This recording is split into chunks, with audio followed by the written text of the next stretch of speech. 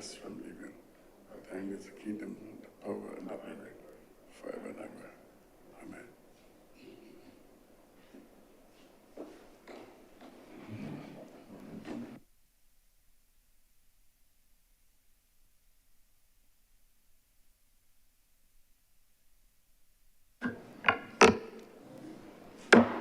The Senate is in session.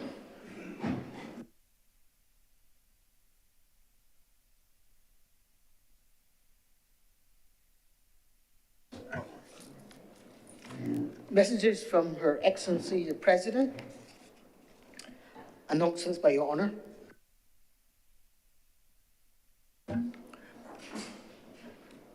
I received the minutes of our meeting held on Monday, 25th March, and Friday, May the 3rd, for confirmation.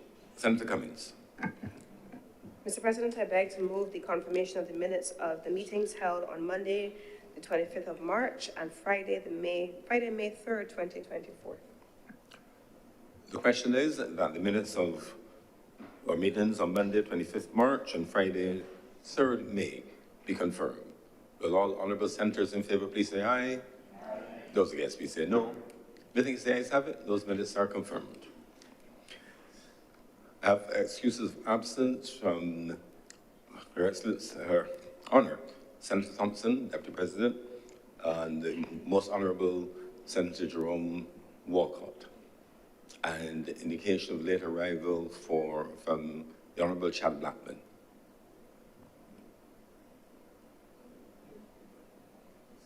Oh, sorry, and also apologies for absence from Senator Ryan Walters.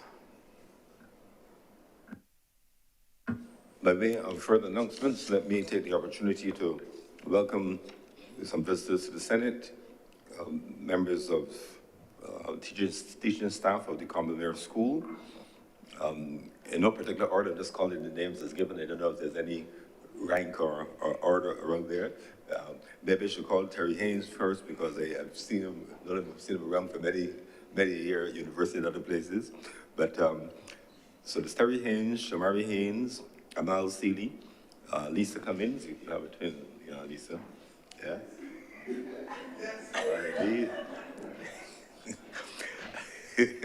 Dominique Greenidge, John Bannister, Sophia Farley, Victoria Graves. Which one is Sophia Farley? Oh, hello. Relatives? Yeah, well, I would imagine so, but I don't know. We'll investigate that further. Welcome. The group is on a visit to the Honorable Senate today. We welcome you, and we hope that your commentarians that are on various sides of the chamber will cause you to lift your head higher and not otherwise. Thank you very much. Presentation of petitions. Presentation of papers. Senator Cummings. Mr. President, I'm commanded to lay the following documents today. They are as follows: the annual report and audited financial statements of the Student Revolving Loan Fund for the year ended March 31st, 2023. The report of the Barbados General Election 2022. The deed of guarantee between the government of Barbados acting through the Ministry of Finance, Economic Affairs and Investment as guarantor and the Africa Export-Import Bank as the lender relating to obligations under a USD $25 million term loan facility agreement between the Kensington Oval Management Inc. and the Africa Export-Import Bank. Fourth, the 2023 annual report and financial statements of the Central Bank of Barbados.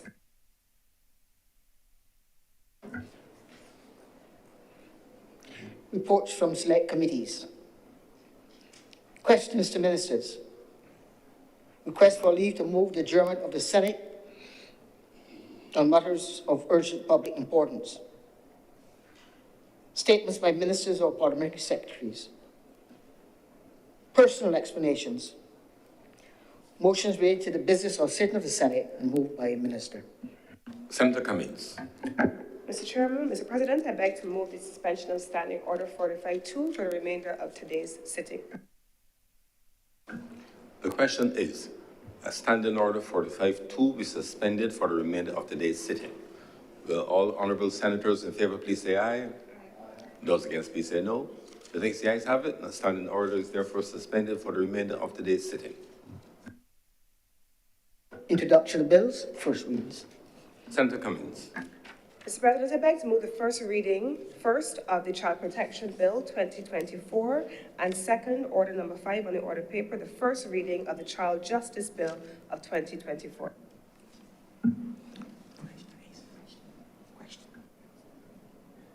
The question is that the Child Protection Bill 2024 and the Child Justice Bill 2024 be read a first time. Will all honorable senators in favor please say aye? Those against please say no. The next the ayes have it. Those bills are accordingly read a first time.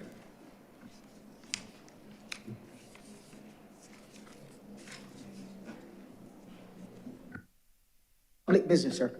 Public business is now the order of the day.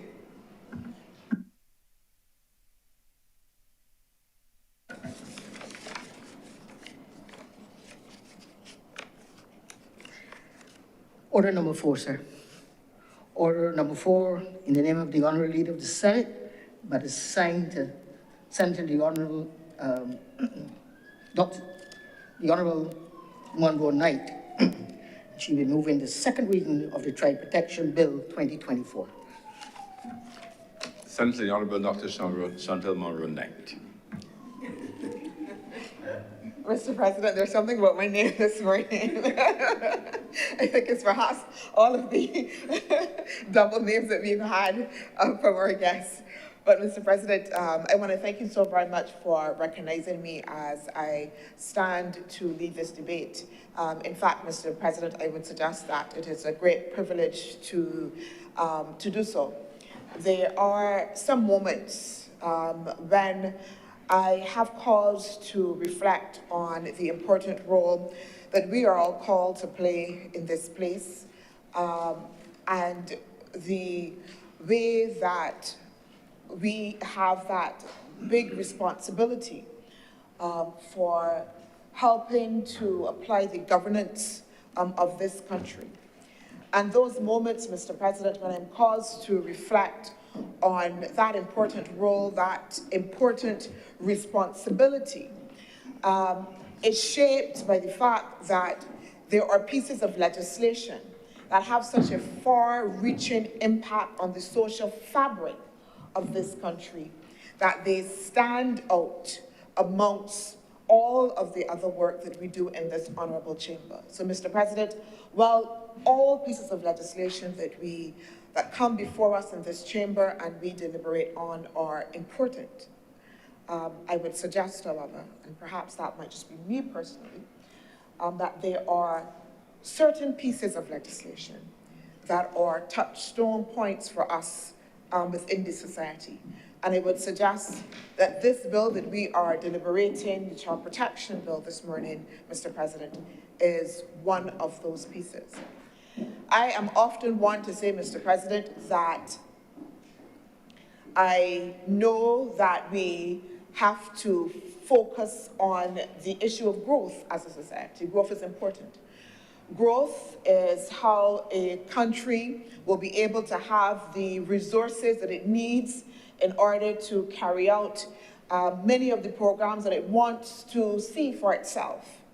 But I also believe fundamentally that that growth is only meaningful, and I use that word deliberately, if it is undergirded by key tenets of fairness, of justice, of an awareness that that growth must function for those within our society that are vulnerable, that are poor, Mr. President, that are dependent, that don't necessarily have the resources by themselves or are in situations which suggests that they are not able to fully take care of themselves.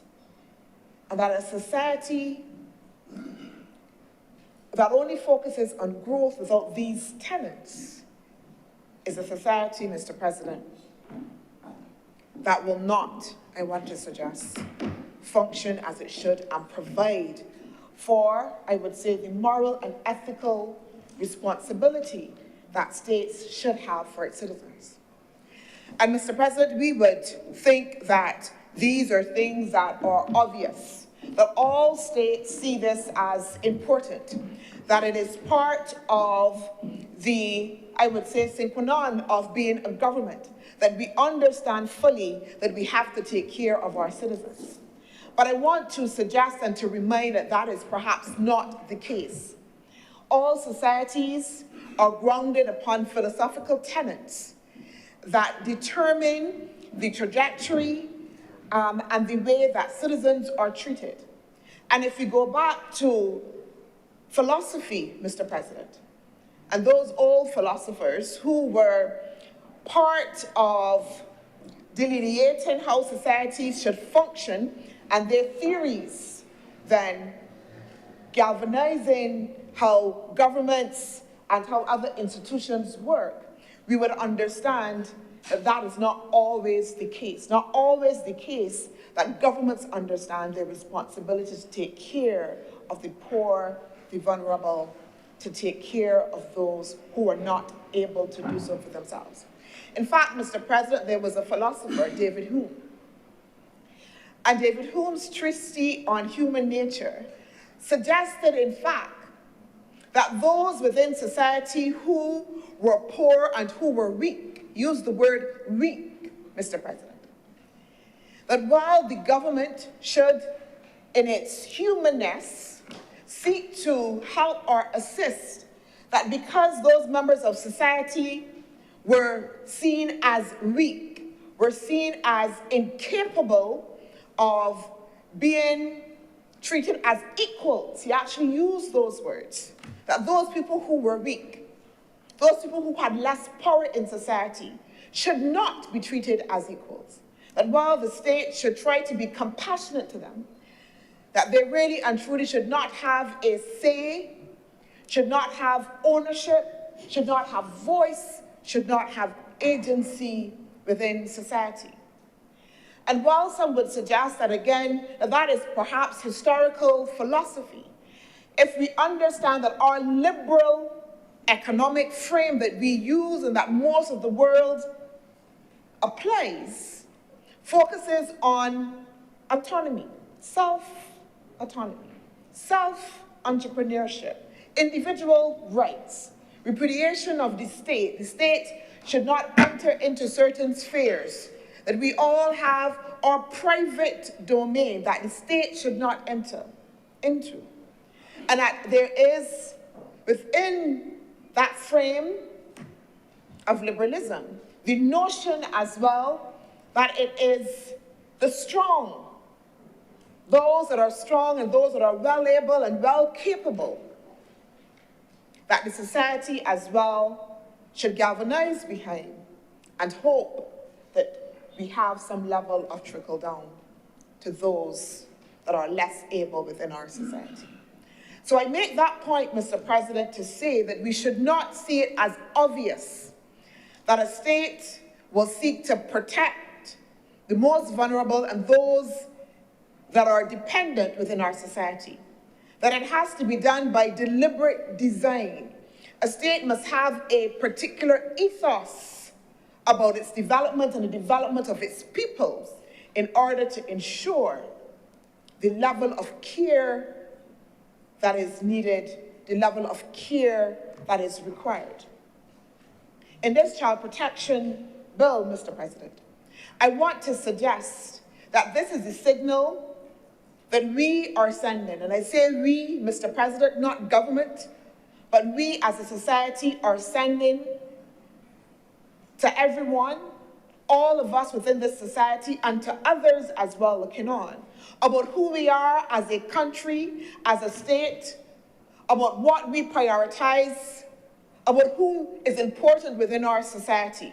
That we are sending a signal that as a country, the protection of our children, the protection of those that are most vulnerable and often most powerless within our society is critical. It's critical, Mr. President. And of course, Mr. President, we would have had a suite of legislation attempting to do so. But the importance of this bill that we are considering this morning in this honorable chamber is that it seeks to ensure that we have the best fit, most comprehensive piece of legislation in order to provide the utmost protection for that social group. And I believe, Mr. President, that we can all agree that when we talk about how a government and how a society should send signals of the importance of groups within its makeup, the elderly, the disabled, and again, children are paramount. Mr. President, I am confident, as I said, that I can say we when I speak to this piece of legislation before us. Because this piece of legislation has gone through a very thorough process of public ventilation, again, Mr. President, by design, Mr. President, by design. So we have a piece of legislation that we, as a society, can take ownership of, Mr. President. We had a process in which this piece of legislation was referred to the Joint Select Standing Committee for Social Sector and the Environment in May of 2023. In May of 2023, Mr. President. Ensuring a period of full public ventilation. And of course, Mr. President, we are aware that even outside of that process, that the public was engaging the matter very frontally and sending signals as well. And I really want to reiterate again, because there are those that would suggest that, yes, the pieces of legislation and pieces, I mean, Mr. President, this child protection bill and also the child justice bill, which should be seen as a companion to going together as they are creating a nexus, were sent to the Joint Select Committee after there were issues raised within the public domain. And I would only say, Mr. President, but that is exactly the nature of a responsive government.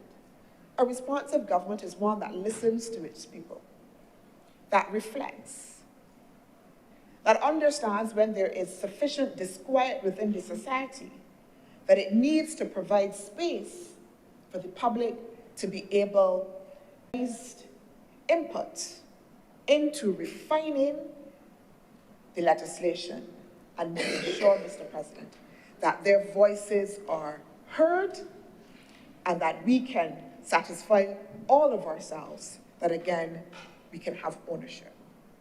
And that Joint Select Committee process, Mr. President, as I said, began, and that Joint Select Committee, and I want, Mr. President, with your indulgence, to identify the members of that committee, because I believe that it is important that we understand again that this was not a committee in which government sat and was listening to itself.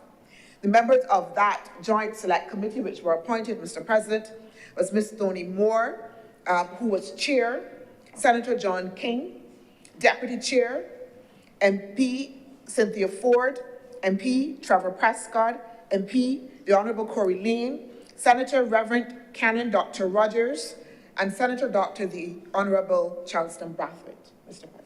Those were the members of the Standing Select Committee charged with responsibility to hear and to compile all of the inputs from citizens, Mr. President. That committee held 7 meetings over the period of July 27th to February 20th, 2024. July 27th, 2023 to February 20th, 2024. A period, Mr. President, when it received a a number of submissions. It invited, Mr. President, organizations, approximately 27 stakeholder groups, to make written submissions to it, again, so that it can ensure that it had as wide as possible of an input. Mr. President, I want to indicate that the report of the Joint Select Committee is available online. You can get the minutes, Mr. President, of those proceedings, Mr. President. So you have a summary report.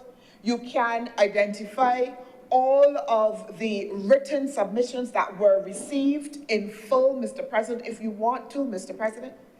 So that I am going through this so that we can satisfy ourselves again that we have a piece of legislation that provided for the widest possible input, included input from the Democratic Labour Party, Mr. President. Mr. President, written submissions were invited from churches across Barbados, including the Anglican Diocese of Barbados. We had, Mr. President, the Barbados Association of Medical Practitioners being invited, professional social workers, the Bar Association, Christian Council, Council for the Disabled, Mr. President, the Juvenile Liaison Scheme, Parados, Mr. President, the Pentecostal Association of the West Indies, Mr. President. The committee received written submissions from 13 stakeholders. And again, Mr. President, those written submissions can be viewed online. If you were like me, again, because I am a mother, Mr. President, because I too have come into contact with children, Mr. President, I know who go to sleep and go to bed hungry, Mr. President, because I too, Mr. President, am concerned when I see children on the streets at all hours of the night. I am concerned, and Honorable Senator says, I am concerned when I see children at certain events and wonder about the parental oversight, Mr. President. So that even though I was not part of the committee, and even though I would have the opportunity to be here, I took, Mr. President, I paid attention, Mr. President, to the discussions, because just as a member of this society and understanding the importance of the area and the importance of the discussion, Mr. President, I paid attention. And I know that a number of Barbadians paid attention to the discussion, paid attention to the oral submissions. There were times, Mr. President, when a written submission was made and the committee would invite, again, those persons or that person that would have made that written submission to come to meet before them so that they can understand fully the concerns, Mr. President. So that even outside of the written submissions, the committee also as well heard oral presentations made to it on this matter, Mr. President.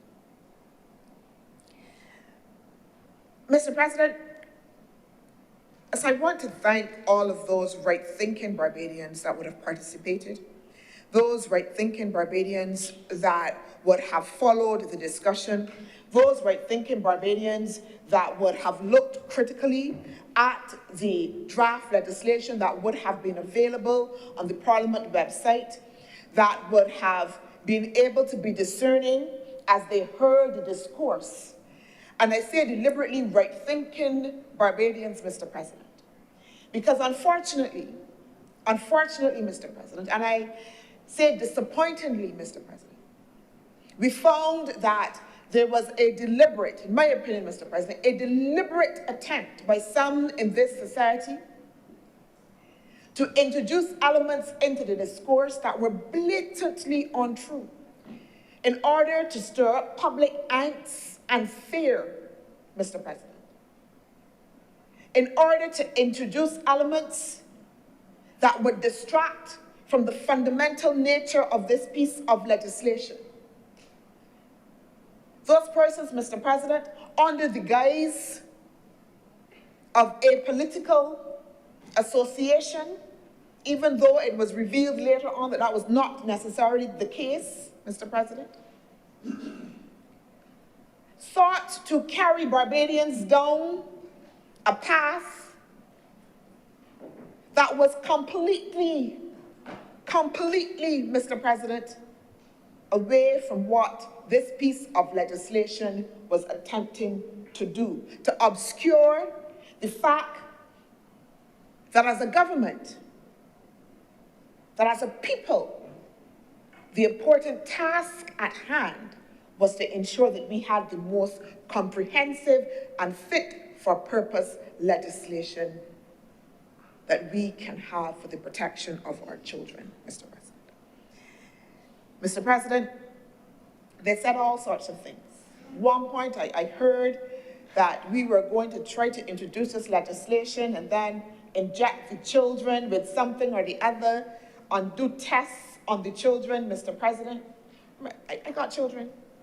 I don't know, I think there are other people in this chamber that have children, Mr. President. So I would like to understand what benefit it would have been for us as a government to be introducing legislation to do harm, Mr. President, to ourselves. I don't know, Mr. President. They said, Mr. President, that this piece of legislation was primarily about sexual orientation, Mr. President, and how the government was going to attempt to slip in that children would be able to choose what it was, their gender orientation, Mr. President. Mr. President, I have searched this piece of legislation, and nowhere in this piece of legislation, Mr. President, despite the marches, despite the outrage and outcry, responsible and right-thinking Barbadians, Mr. President, responsible and right-thinking Barbadians, Mr. President, understand, can see and have proof that this legislation is far, far from that. That this legislation had no contemplation, Mr. President, of those issues. That this legislation, Mr. President, was focused on ensuring that we had a legislation, a piece of legislation that would address the critical deficits of all of the existing hodgepodge of legislation that existed previously. That the legislation was about ensuring that we would provide protection for those children that needed to be protected, Mr. President, that need to be protected. Those that are most vulnerable, those that are in situations, Mr. President, where they are being exploited. This is what this piece of legislation focuses on. So, Mr. President, I want to therefore thank and to acknowledge the hard work of Minister Kurt Humphrey and his team of hard-working employees in the Ministry of People's Empowerment and Elder Affairs, especially those of the Child Care Board, who would have had to withstand those attacks, Mr. President, who would have had to be at the forefront of working through what they would have been seeing within the public domain as falsehood, but still focusing on task at hand, still staying the course, still staying on guard to ensure that they were able to deliver this piece of legislation. And it is a testimony, Mr. President, to that focus that we are here at this point with this piece of legislation that would ensure the protection of our children. Mr. President, the Honorable Minister Kurt Humphrey would have stated in the other place that this legislation is not a fly in the pan legislation, Mr. President. The government had, since 2021, made a decision that it wanted a more comprehensive piece of legislation for child protection. And that journey, Mr. President, did not even start necessarily with this administration.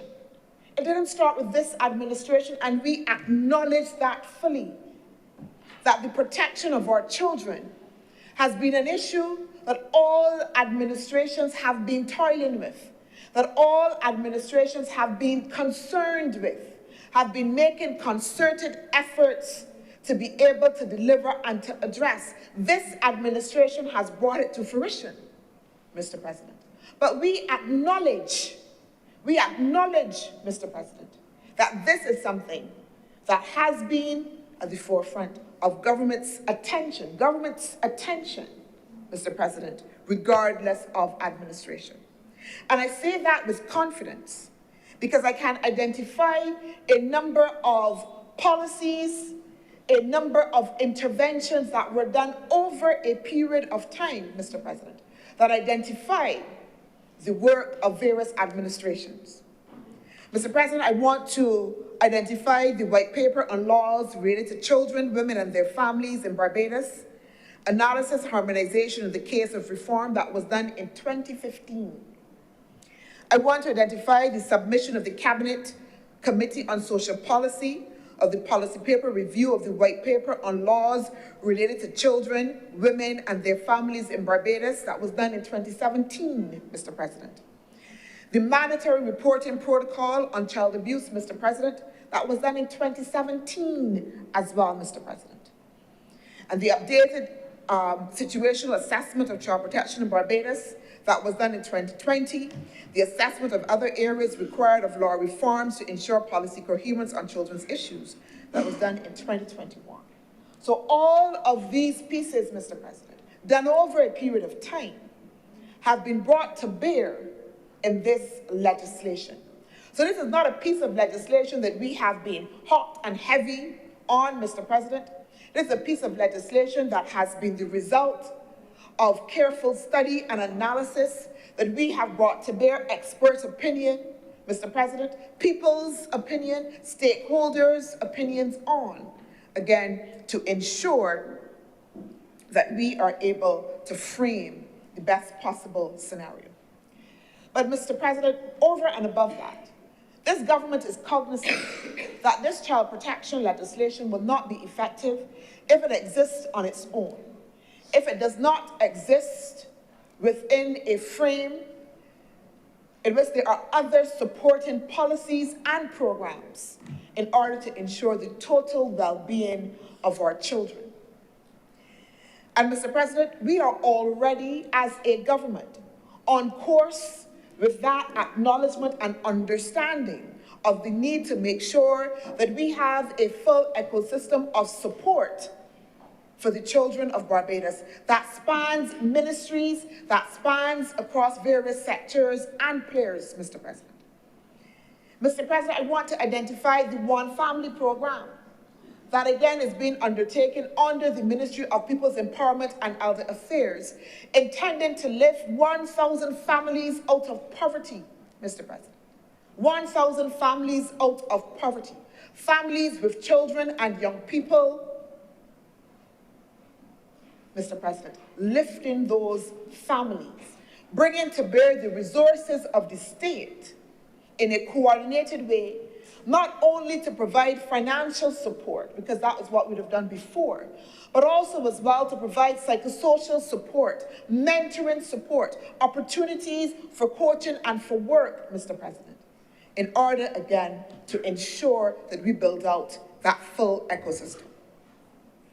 Mr. President, the National Peace Program just recently launched a community parenting initiative intended, again, to address the fundamental issues of whether or not our parents within this society have all of the skills and capacities they need in order to parent. Because there was a time that we took it for granted, Mr. President, that we took it for granted that parents knew how to parent, that we understood how to effectively raise our children. And I believe that we have come to the understanding that that is not always the case, and that parenting, like many other things, is a skill that we need to be able to build within our society, Mr. President. Mr. President, I grew up with a very strict father. My father was a former policeman, and he was a strict disciplinarian. My father was one of those persons, Mr. President, you could only look like if your face upset, and you would get lashes. So you had to keep your face straight, because any kind of indication that you were upset or that you were not in agreement with something was a sign of rudeness, Mr. President. That is the type of father that I grew up with. And while I never got lashes by the dog hunter, the actual fact that there was one in my house was enough to drive fear in me. And Mr. President, I can be honest, I was a frightened child. So the fear alone kept me in good stead. The fear alone. But I remember an incident, Mr. President. We used to have these cane chairs in our house, and one of them caught a hole. So my father used to always say, don't sit in there because you're going to make it worse. So there was a time I was feeling myself a little bit. And I know that my father told me, don't sit down in there, but, you know, in skirt and blouse, I feel a little big. And so I sat in the chair, and lo and behold, the chair broke up. My father took up a piece of the broke up chair and lashed my tail with the same chair that I broke up. Now, Mr. President, that was not an everyday occurrence. But that was part of the discipline. That was part of the discipline in my household. Hard days you don't hear, only you're gonna feel, Mr. President. And I felt. I felt quite well, Mr. President. I could remember that incident from all of that time because, yes, shirt and blouse, you know your skirt and blouse, you're feeling like you shouldn't be getting licks at that time, but no. And Mr. President, I've raised my daughter with a little bit more compassion.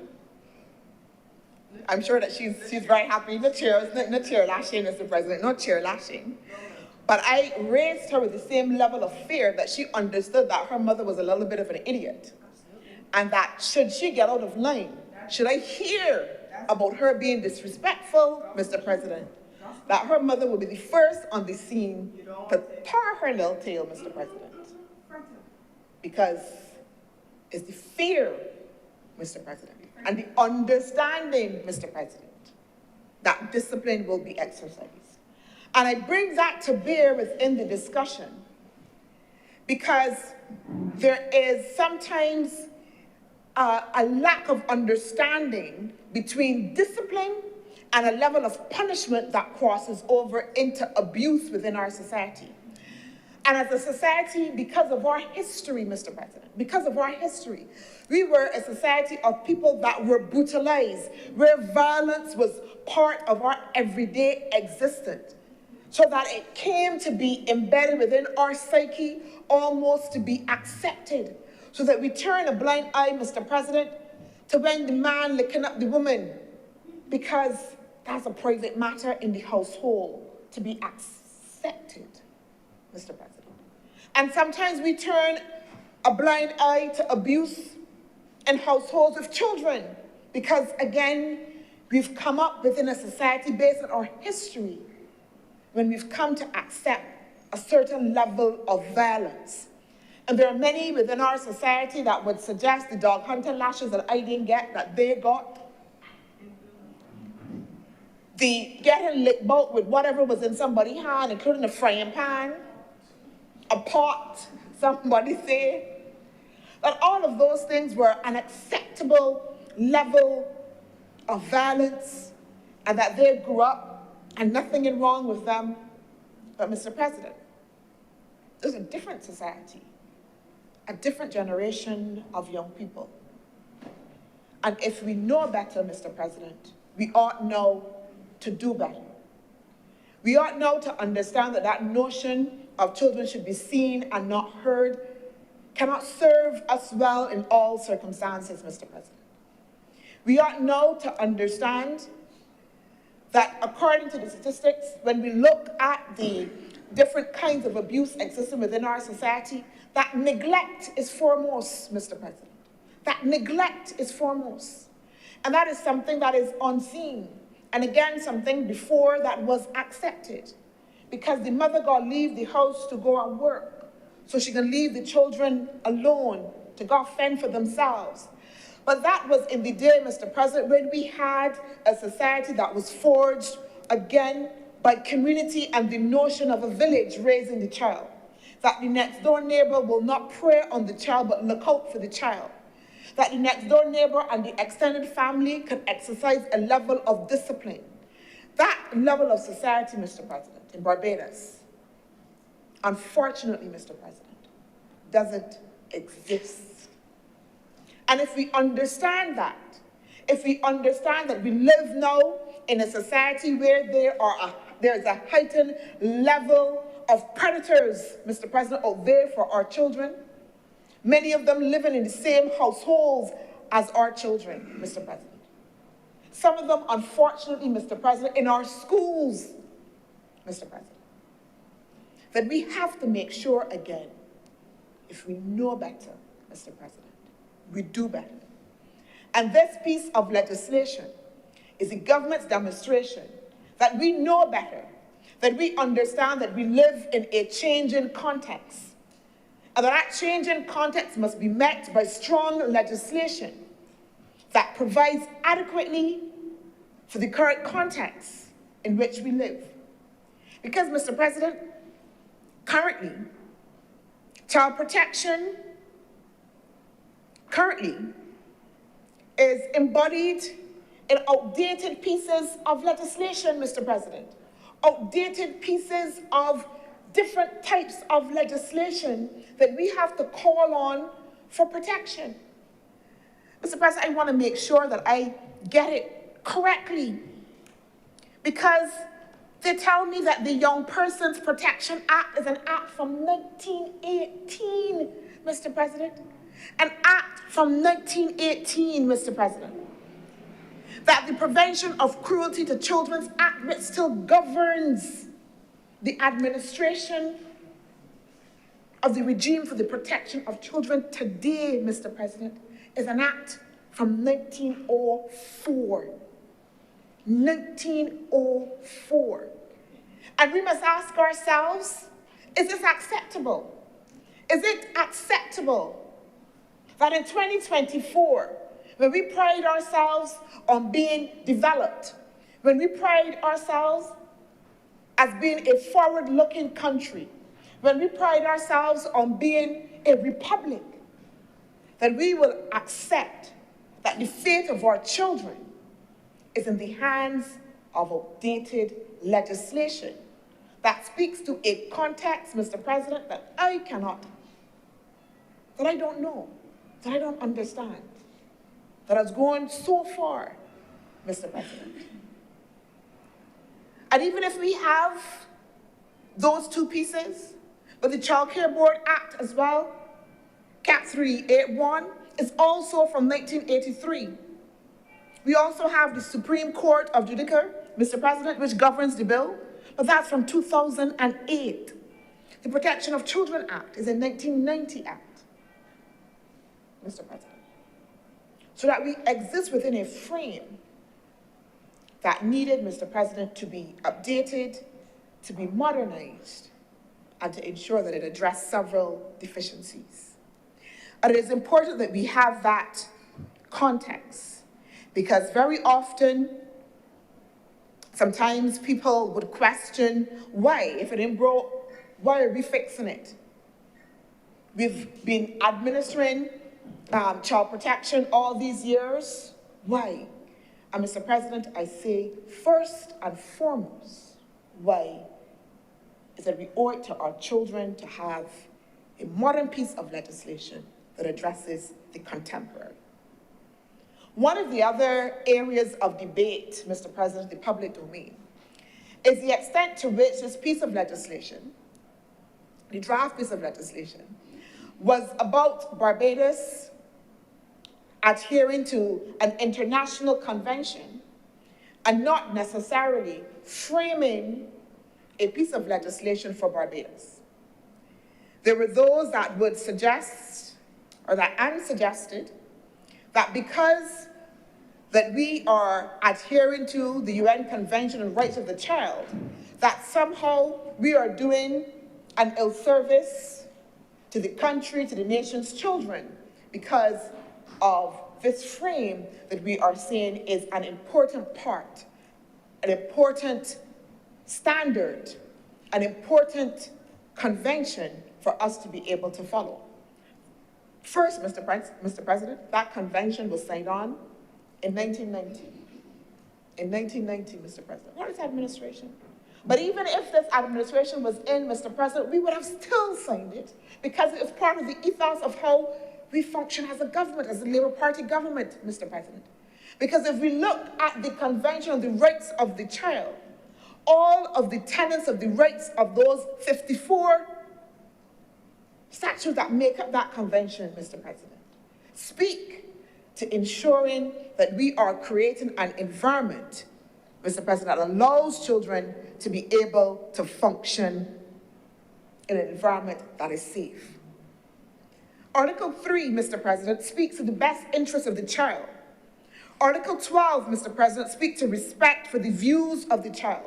And you would see in this legislation, Mr. President, that we've made provision that in instances where the child is capable of having a point of view, that they have the right to be able to do so, to be able to speak to their own circumstances. That not only should adults make the decision for the child, but that we honor that voice and the agency of the child to be able to speak to their situation, to be able to speak to, have knowledge of, and be involved in the decisions around where they should be placed, Mr. President. So that we move from a situation, as we said before, of where children are seen and not heard, to this legislation making space for the voices of children, Mr. President, and allowing them to have a clear say when it comes to their own protection. Article 19, Mr. President, the rights of the child's right to protection from all forms of violence again. And you would see in the legislation that we have sought, Mr. President, to ensure that we have a comprehensive definition of abuse in all forms, Mr. President. And that definition, Mr. President, includes child labor, cyber abuse, emotional abuse, financial abuse, nonverbal abuse, physical abuse, sexual abuse, verbal abuse. So again, a contemporary piece of legislation that takes into consideration that there are elements of abuse and violence that are not always necessarily what we can see, but that we live in a society in which children, Mr. President, are groomed sexually on the internet. That we live in a society, Mr. President, in which you can deprive children of certain things, Mr. President. That is also abuse, Mr. President. When you put out the child to sleep outside, Mr. President. When you withhold the lunch money, Mr. President, and the child ain't got nothing to eat and have to go to sleep and go to school hungry, Mr. President, that is abuse as well. And Mr. President, we take these things for granted, most of us, because sometimes, very honestly, we turn a blind eye to it, and sometimes because we have been cocooned, Mr. President, in a certain way, that we don't necessarily understand the tragedy that we are facing within our societies.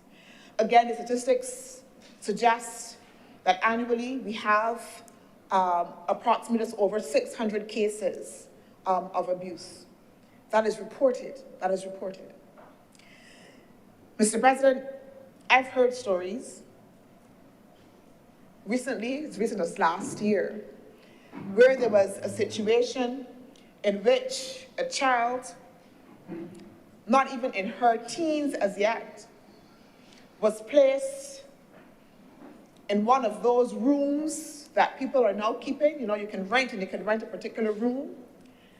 And she was placed in that room over a period of time where men could visit her and where the family would then bring food to her while she was there, Mr. President.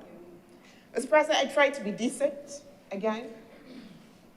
But a child that was not yet even 18, so not yet 13, was placed by her family in a room in which men were invited to have sex with her for money, and which then the family, knowing that they had put that child in there, used to bring food for her so that at least she could have food during the day. It meant then that the child was not going to school. It meant the child was being sexually exploited, Mr. President. Mr. President, I know of incidences where children, especially girls, are told that they have to make their way to help pay the bills and put on the street, Mr. President. These are the things that we faced. We heard in the other place, I hope that we heard in the other place, where the Honorable Minister of Education spoke about a case in which a child came to school with a full iron imprint on her back. A full iron imprint on her back that was crusted over, Mr. President. That was crusted over. No care. These are the things, Mr. President, that are happening within our society. And we take those things for granted, again, because we don't see them on a daily basis. And therefore, we don't understand why there is a need to ensure that we can provide the level of protection that is required, Mr. President, for the children. This legislation, Mr. President, provides for the protection that is important. Because, again, the suggestion was that the legislation seeks to usurp the family, seeks to usurp the role of parents, and that it will provide for every household that there is a child.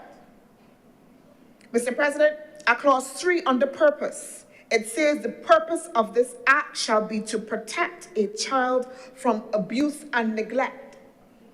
From abuse and neglect. So it speaks of those households and those instances when there is abuse and neglect. Provide for a child in need of care and protection. It seeks to promote the welfare of the child. And at D, Mr. President, ensure compliance with that UN Convention and the rights of the child that I spoke about. And that I went through to show as well aligns with all of the best practices and standards relating to ensure that we can safeguard our children. But, Mr. President, the Act seeks to, yes, act in the best interest of the child. And in so doing, in the best interest of the child, it provides checks and balances to ensure that the best interest of the child is being taken care of by everyone that is involved within the system and within the process, Mr. President. No one is coming to anybody's house and picking up the child, Mr. President, just because. It identifies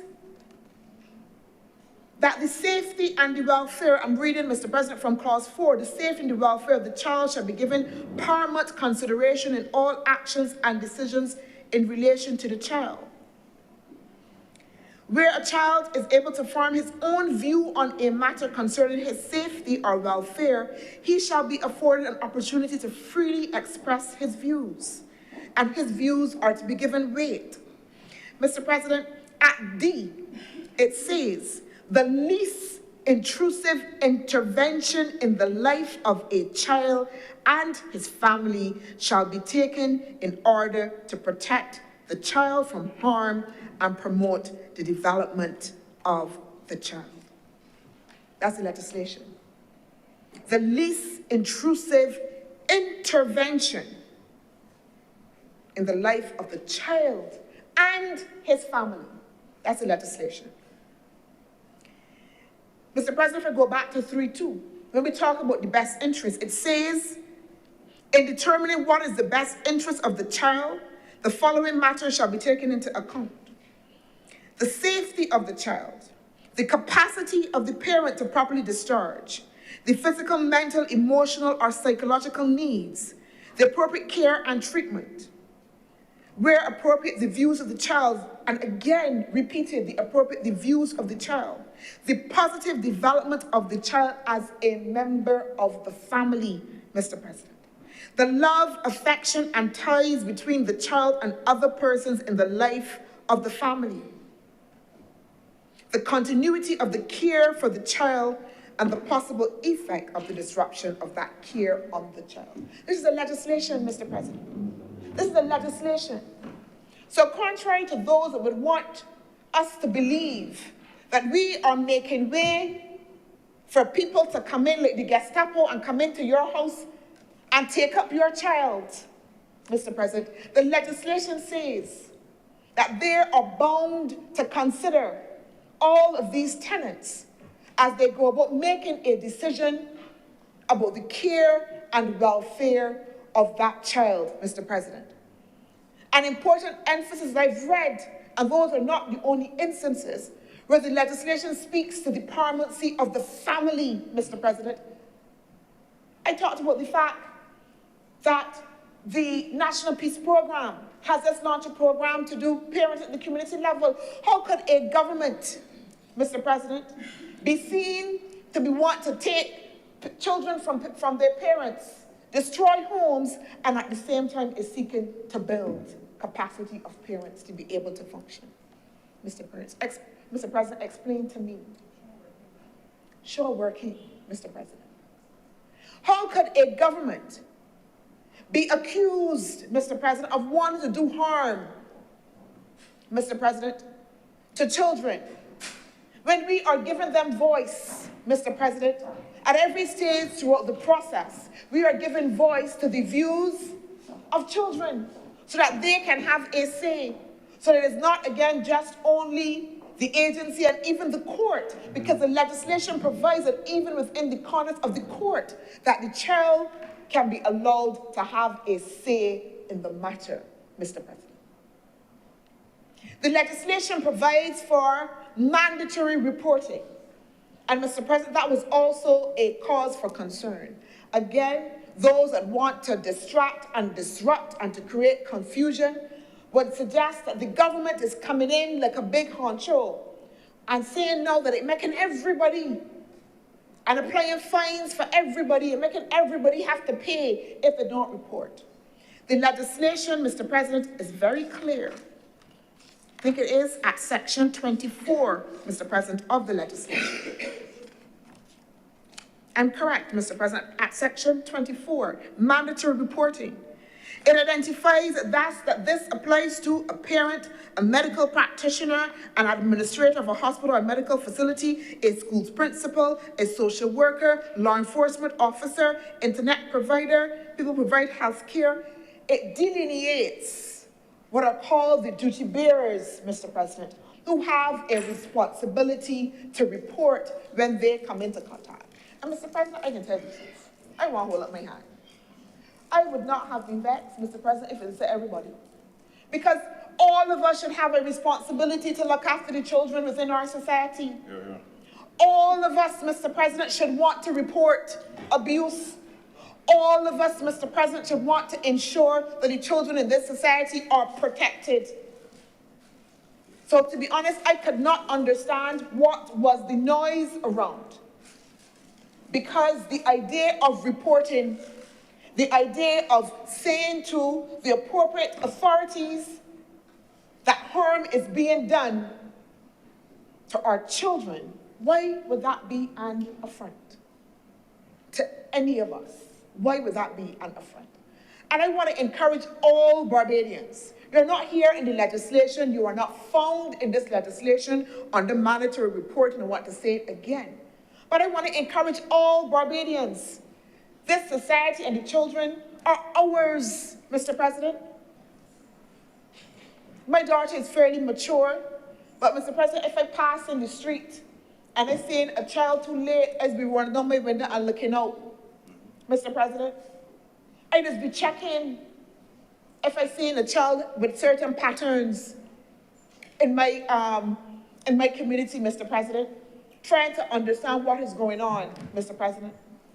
And as we check in, Mr. President, if I see that the child looking raggedy, I was talking to a lady that operates within the bus terminal at Oystons, and she was saying to me that even as a vendor on a daily basis, she has to look out for children, again, to provide money for bus fare, to help them with their school supplies, to help them when they are bullied. Mr. President, all of us have a moral and ethical responsibility to provide that care, to look out for, Mr. President, our children. And so where this legislation speaks to mandatory reporting, I believe then that we can even go beyond that. But again, this legislation identifies those specific duty bearers, Mr. President.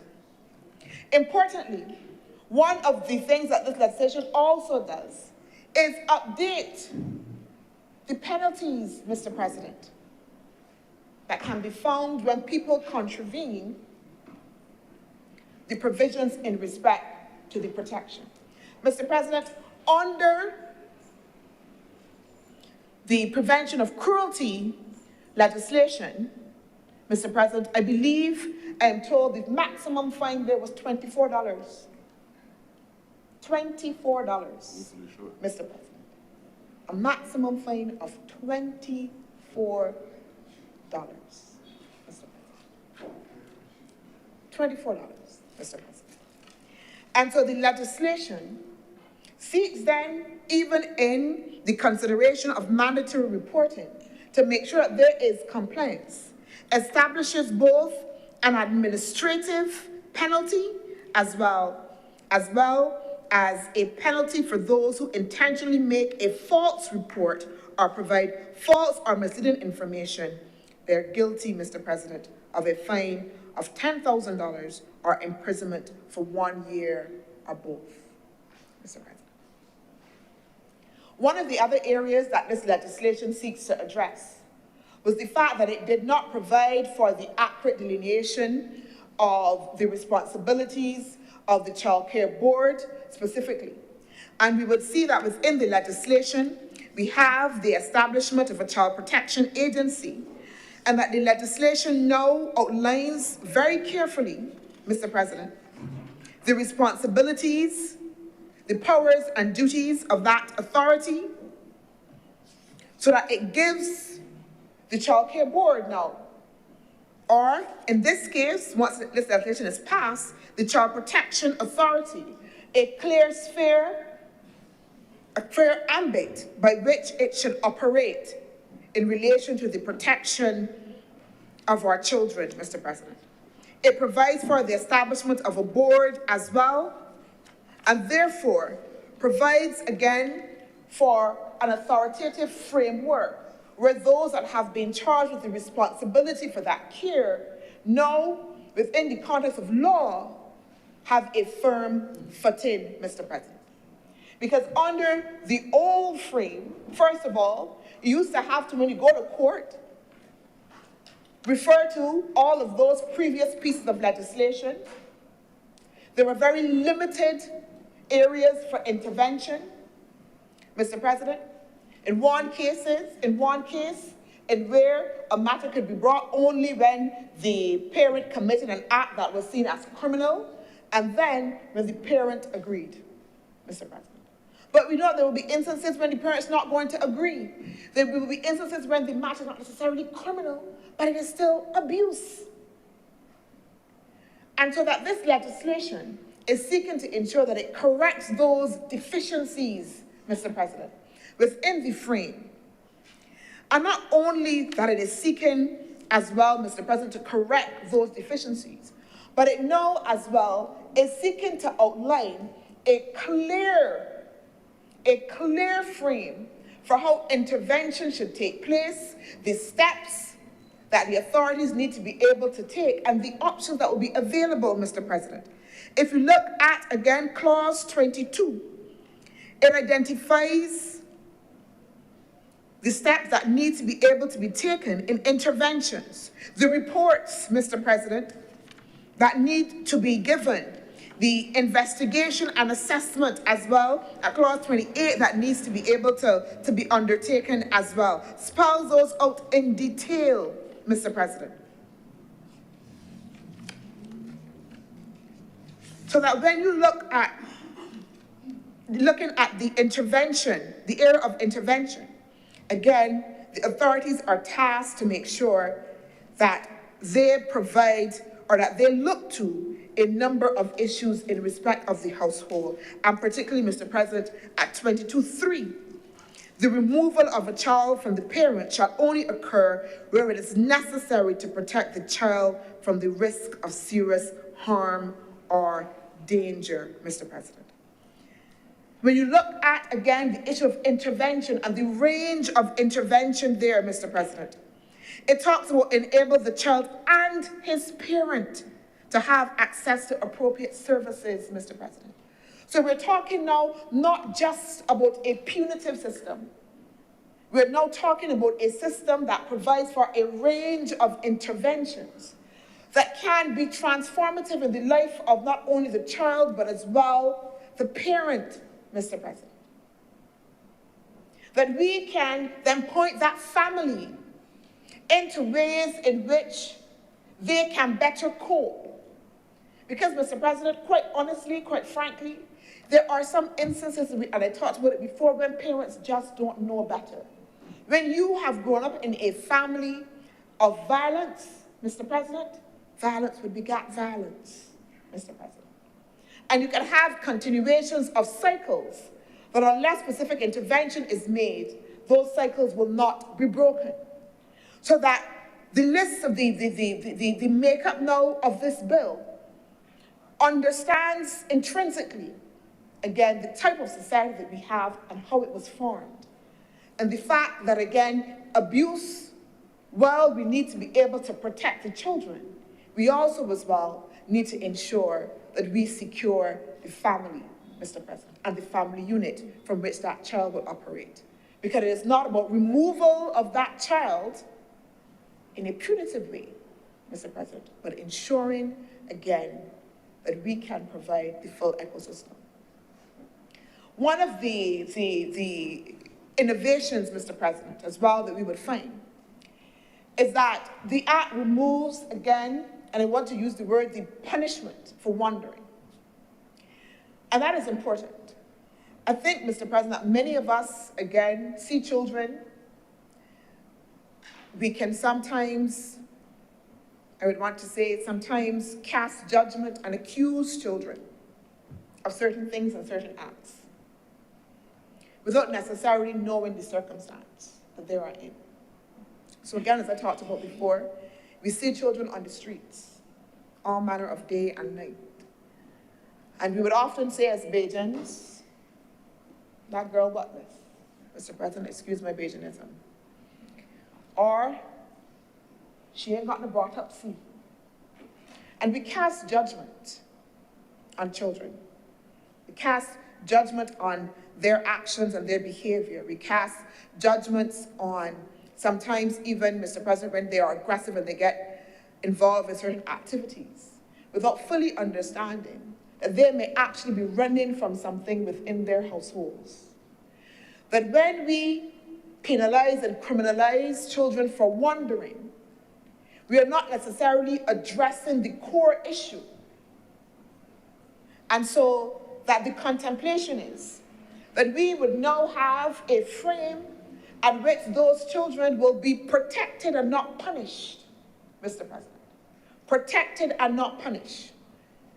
And the ministry, that's the Ministry of People's Empowerment, has already been allocated within the estimates within this financial year a sum of $3 million to already begin to build out that facility that can ensure, again, that we are able to treat to our children in a way that is not punitive, but is transformative. And that transformative element, Mr. President, is extremely important. Just, I think 2 days ago, time is moving so quickly, May 25th was actually Africa Day, Mr. President.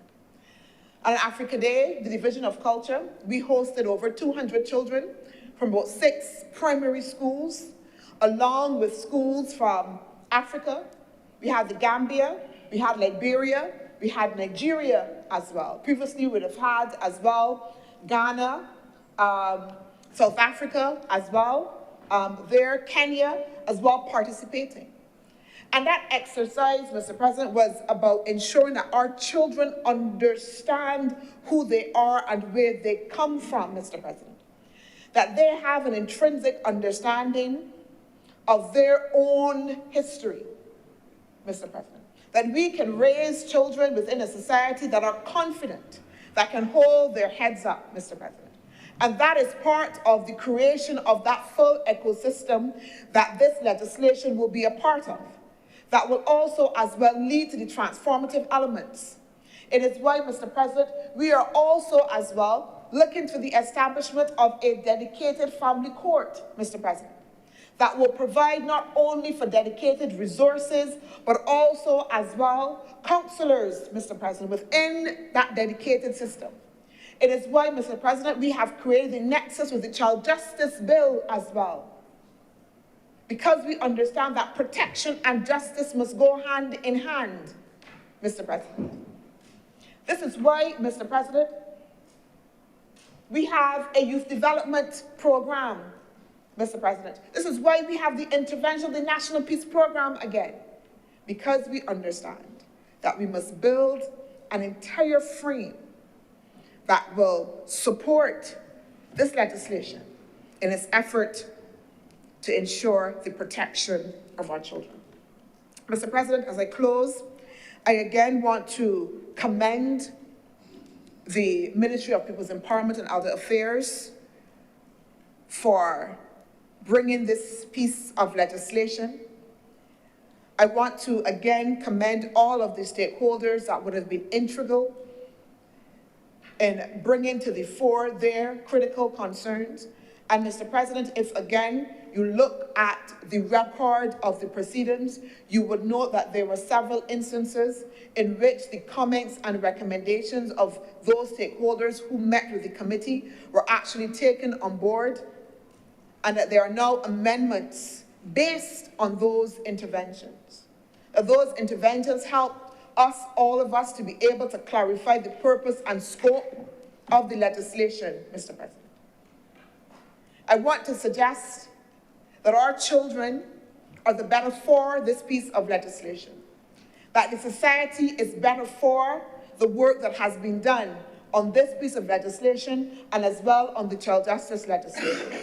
I want to suggest, Mr. President, that this process, marked as it was by the best standards for participatory democracy, Mr. President, augurs well for how we will ensure that all of those that need to be involved in ensuring this legislation is fully implemented will be able to do so. And as I said, Mr. President, I want to commend this legislation to the House. I want to commend, Mr. President, that we fully support this legislation and the intent, Mr. President, to provide for the protection of the children of Barbados for now and in the future. I'm obliged.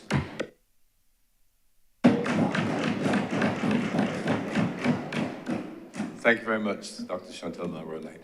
Senator Watson. Mr. President, good morning. Thank you for acknowledging me. Good morning to all of you, all of the members. Sorry, I must be living very happy to watch reverse, or maybe I just want to reverse time. Anyway, thanks for that correction. You should have risen on a point of order. Good morning. Sorry, here I go again. Good afternoon to everyone. I want to welcome all of the Barbadians who are here in the gallery joining us today. And I do think this is important. Actually, it occurs to me that many Barbadians do not realize that they can join us in the Senate for debates, and that's something that I think that we should make known.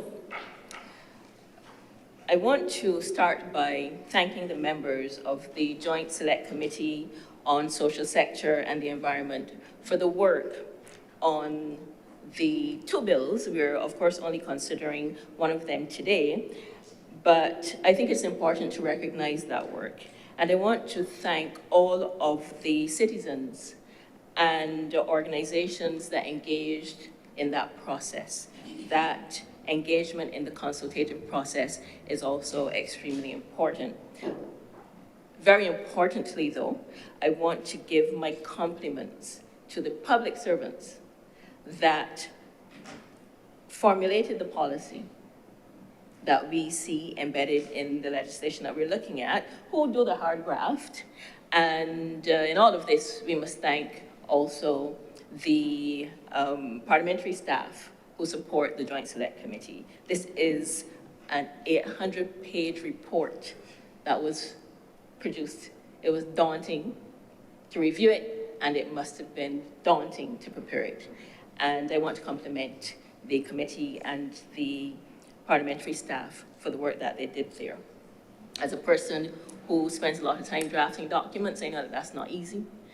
And my compliments, most certainly. Of course, we're only looking at the one bill today, the Child Protection Bill. It may seem unusual, Mr. President, but I'm going to give government credit. Credit is due. Perhaps you should raise a point of order. However, I'm going to give credit where it's due. The bill is a departure from the current regime, and Senator Monroe Knight went through examples of those changes that we're looking at. This current regime for managing children is archaic, and an overhaul is long overdue. We must evolve as the world evolves. I think anyone raising children today know that they're different, but also our social circumstances and our culture is somewhat different. The evolution is necessary, and I'm glad that it is occurring. The bill is intended to, it states that, follow the principles embedded in the United Nations Convention on the Rights of the Child and the Human Rights Convention. And of course, we know that these two conventions embody the principles that relate to ensuring that human beings, adults and children, are granted certain rights, which are intended to ensure that they can enjoy their lives. That's really the long short of it. That's the simple way of putting it.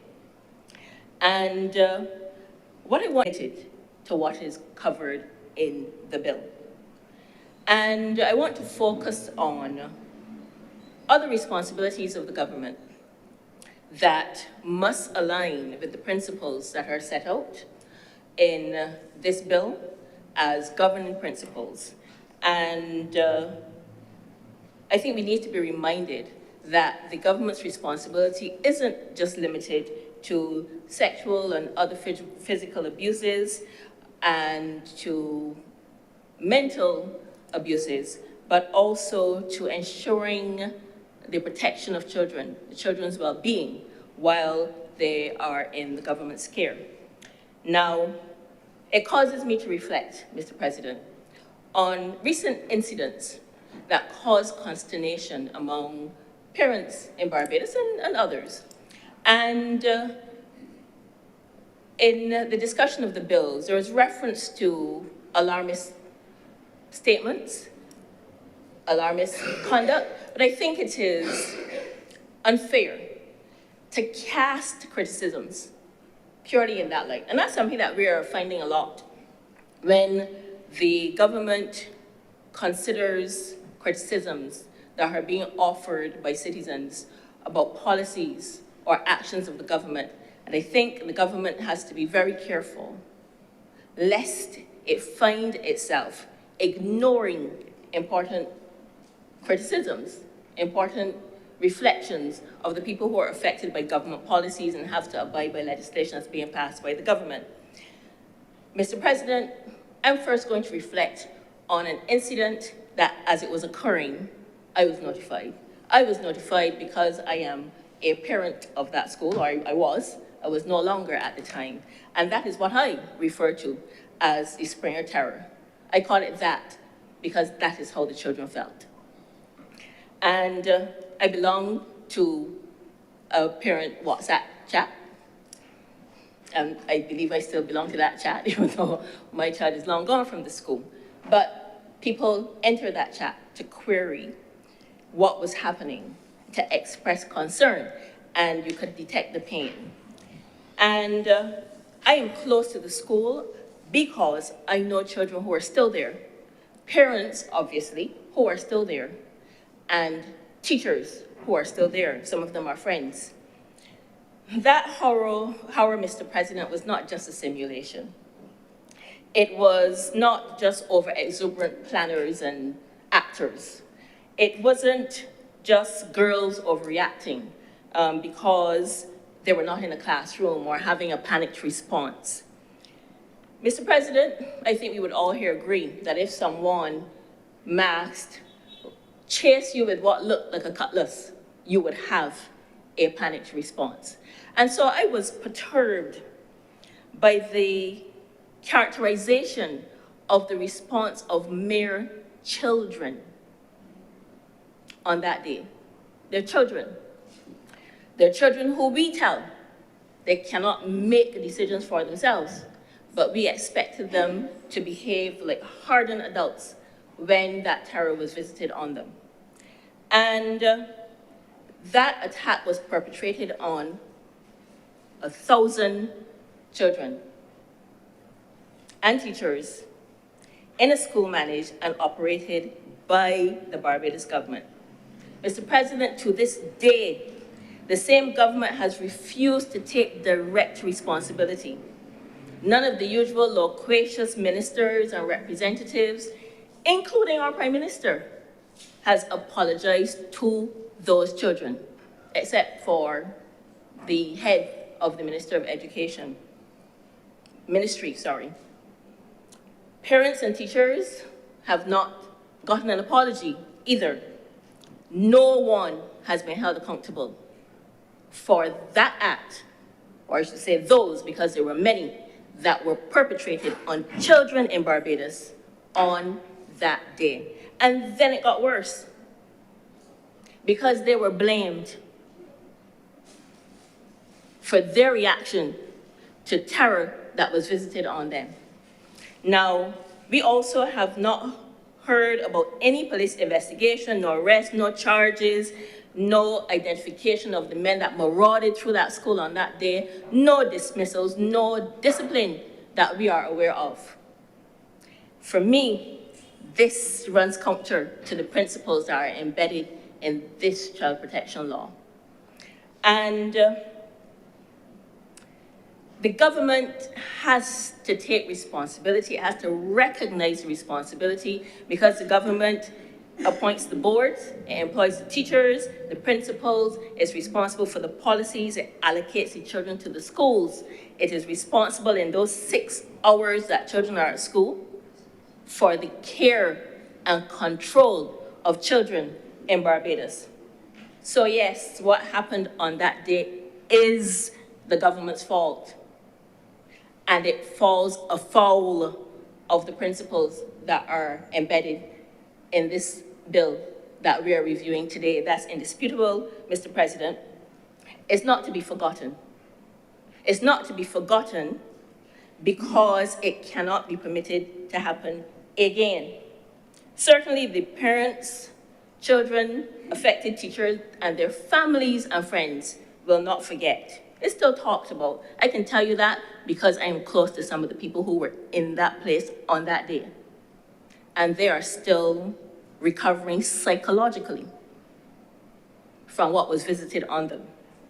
And Mr. President, ironically, if we applied the provisions of the Child Protection Bill that we're considering right here, right now, the responsible school personnel, ministry personnel, the actual marauders, and some of the others who attended the scene, police, firemen, would be in breach of the clause in the bill relating to cruelty to children.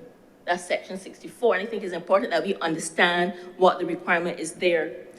That clause requires that a parent or person over the age of 18 years old who has custody, charge, or care of a child and who abuses or exposes the child to abuse, exposes the child to danger, fails to protect the child from abuse, neglects the child, mistreats the child, or causes a child to be in need of protection is guilty of an offense and is liable on summary conviction to a fine of $100,000 or to imprisonment for a term of 10 years or both.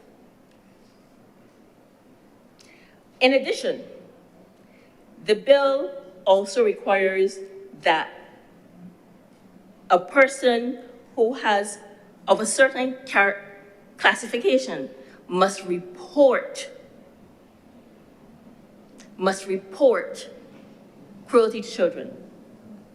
And so if it ever happens again and is not reported under this new bill, each and every one of the people who are mandated to report would be liable to a $5,000 penalty.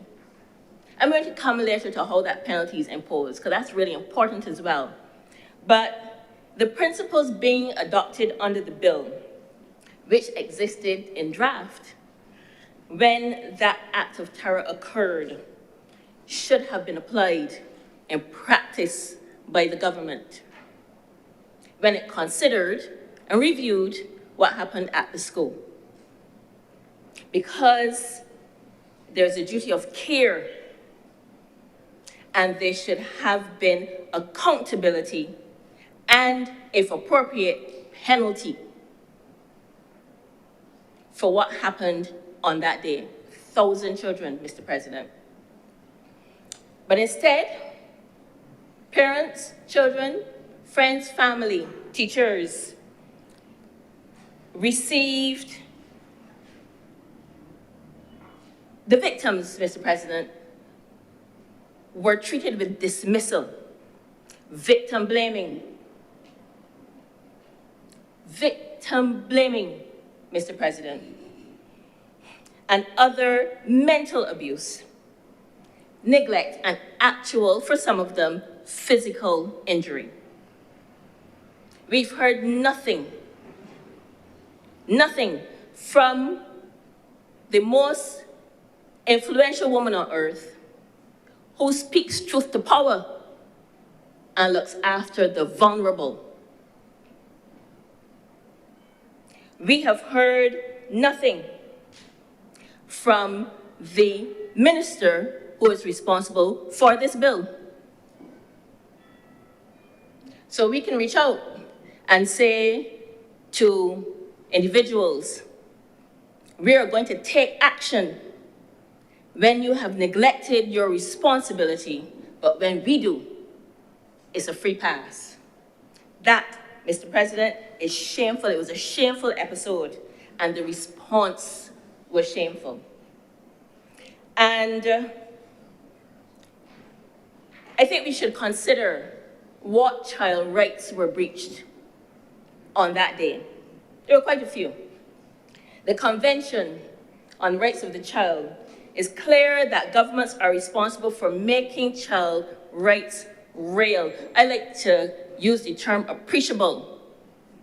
You can tell that it's happening. So that protection has to be real. It can't be ignored over here and talked about over there. The government is responsible for protecting children from violence, abuse, being neglected by anyone who looks after them, schools, Mr. President. And the government is responsible for protecting children from being taken advantage of and for making sure that the people and places responsible for looking after our children are doing a good job. I will repeat that, making sure that the people and places responsible for looking after children are doing a good job. that must include our educational institutions responsible for children who are under the age of 18.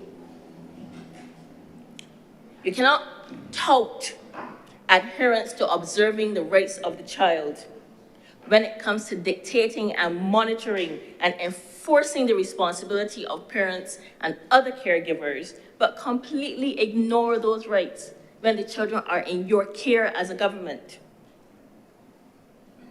And that's what happened and continues to happen as a result of sweeping an occurrence of the magnitude of what happened at Springer Memorial Secondary School under the rug. And this is something that was reported outside of Barbados as well. And we would get a big fat F, fail, for how we handle that situation, responsible for care of the children. Similarly, we had the incident of the IDB survey conducted on vulnerable children covertly. I said covertly because the requirements for conducting such a survey were not observed, in particular, obtaining parental consent. Nobody can find an excuse for that. And it happened in our schools yet again. Now, IDB could fall on its sword and try to take the blame, but nobody from that organization sided up to a child in Barbados and said, answer these questions for me. That happened in our schools, administered, controlled. And then we hear from the Ministry of Education, oh, we asked them to change some of the questions and they didn't. Inexcusable. Another case of neglect. A breach of the right to privacy, one of those rights in the convention, and protection from exploitation. I use the term exploitation because data were collected from children in Barbados for God knows what purpose, we still do not know.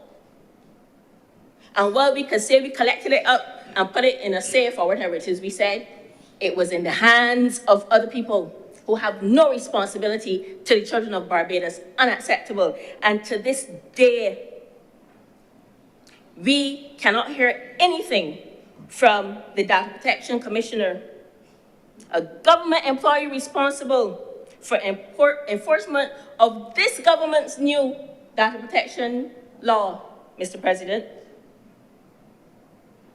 Proud of that law. But the person with responsibility, the public servant with responsibility for enforcing that law has not done that, as far as we could see, in the face of the breach of rights of children and parents protected under that law. Again, nobody held accountable. The government has a responsibility when our children are in its care to practice what it is preaching via this new child protection legislation. It cannot be a case of do as I say, not as I do. That is not acceptable. It's certainly not acceptable to intelligent Barbadians who will not accept that the government can do whatever it pleases, and we do not have to get answers to our question, that no one will be held accountable. This legislation is about holding people accountable. The government must also display accountability.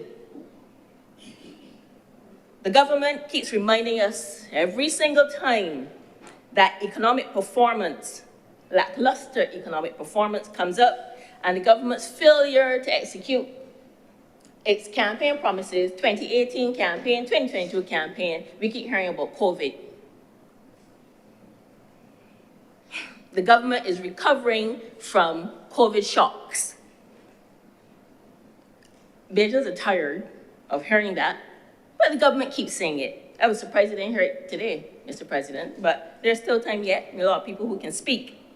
But the same government expects the nation's children to just carry on smartly as though they were not victims of serious COVID effects, particularly in how education was delivered in this country during that period. It's been spoken of before, but the government's response is as though it doesn't understand what parents are saying.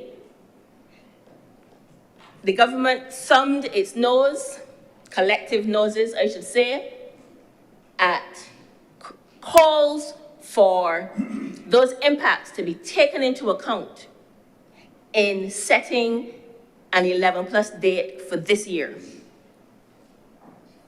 At the same time, the government was issuing a report about falling school performance, falling academic performance, but drove those children to have to do that exam.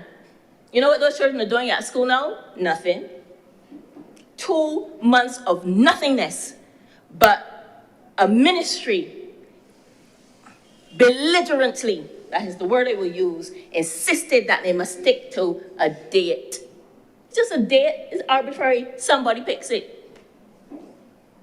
Now the kids are just bored. You could have given them an extra few weeks. I don't say it can't be overturned. They've done the exam, but I say it to demonstrate where the government has not exercised care in the aftermath of COVID, the aftermath of those children. I will say something else, Mr. President. I am told that we have seen an increase in high blood pressure and obesity among children in Barbados who were shut-ins. There was a spike at the time, I am told, by pediatricians in Barbados. And then when you look around, you hear that there are schools that have no physical education requirement. That's secondary school, unless you're doing it at CSEC. In a country where we know we have a challenge. Mr. President, that is crazy. That's crazy. But that's what we have done. And that leads me to the requirement, even as we take a break on the slow down the education reform, that curriculum reform is necessary and it can be an ongoing process. And in that respect, I want to quote from the UN guidelines for the prevention of juvenile delinquency, because all of these things are linked, you know. And those guidelines say educational systems should extend particular care and attention to young persons who are at social risk. Specialized prevention programs and educational materials, curricula, approaches, and tools should be developed and fully utilized. Therefore, if we see that there are children who are exhibiting challenges in the school context, we have to be prepared to take the steps necessary through teaching, through curricular development, through the use of specialized tools to reach those children. That too is a government responsibility. I think certainly anyone with children in public schools in Barbados, and the vast majority are there, we know that we are not doing that to the extent that we should if we want to exercise care and development of our children to save them if they're at risk or to help them to realize their full potential if they're not in that category of at risk. This brings me to CHC. Mr. President. The challenges are long detailed by advocates, spiked during COVID, but they're not new. And we are now faced with the most recent communique about discontinuation of certain STEAM subject offerings. I was personally shocked to hear our Indigenous testing agency say that they would no longer offer the following subjects for assessment: agricultural science, mechanical engineering, green engineering, electrical and electronic technology. The reason, Mr. President? Low registration and corresponding economic cost to offer these subjects. That's why they're discontinued. I was shocked because I didn't know that CXC existed for financial and economic purposes, its own only. I thought it was there to serve us. There to serve us. So is it only about profitability or cost saving and convenience to CXC? And then in all of this, because that's been out there for a few days, nothing from our Minister of Education, from the same government that tells us that it is going to that it is going to ensure that we embed STEAM into our education going forward, because that is the way forward. Not a word, food security, but we're not going to let children test in agricultural science at that level. We're going to be a hub for innovation and scientific development, but no green engineering, no mechanical engineering, no electrical and electronic technology. Well, I don't understand. Anybody here understand? Please explain it to me. I am kerfuffled at this. Where are the children going to get assessment in these subjects? We're going to go back to the states that we say we do not want to take direction from as what the Republic is supposed to be about. We don't have to use things that they hand down to us. But the people who are tasked with serving us are abandoning the things that we have developed. That makes me feel sad, Mr. President, that we can get it together. And I have long expressed the view that our education authority is dropping the ball when it comes to representing the interests of our teenagers, because that is what they are, who have to do CXC exams. Dropping the ball. We talk about CXC constantly, but our children do not have any relationship with CXC, nor do their parents. We have a relationship with the government of Barbados. That is who should be representing our interests, not individual advocates. And we watch during COVID when advocates had to be at it constantly, and then only at the tail end, the government rolled around and said something. And so CXC is an entity unto its own self. Who will bell that cat? Because this is another failure of a big fat F for that, Mr. President. And the deafening silence is shocking. I also wonder what the minister responsible for MIST has to say about this. That's the person who's responsible for science and technology and innovation. Nothing? Between those two ministries, CXC's feet and CARICOM's should be held to the fire for this. How can we say that these subjects are critical to the future of work, and then we don't examine in those subjects. And I suppose maybe schools will continue to offer them, but will students be able to afford testing? That is the question that we have to ask, because we will have to go outside of the Caribbean for testing. Mr. President, the UN Rights of the Child state that children's education should help them fully develop their personalities, talents, and abilities. Don't only observe these principles in the Child Protection Bill. They have to be observed in our interface with the entities that serve our children. Mr. President, they are the servants. They are not the masters. And the people who we repose our confidence in, they're called MPs, and some of them are called ministers, have to stand up for the children that they're supposed to care about. The government is also responsible for environmental and health and safety of our children in schools. That's another one of those rights.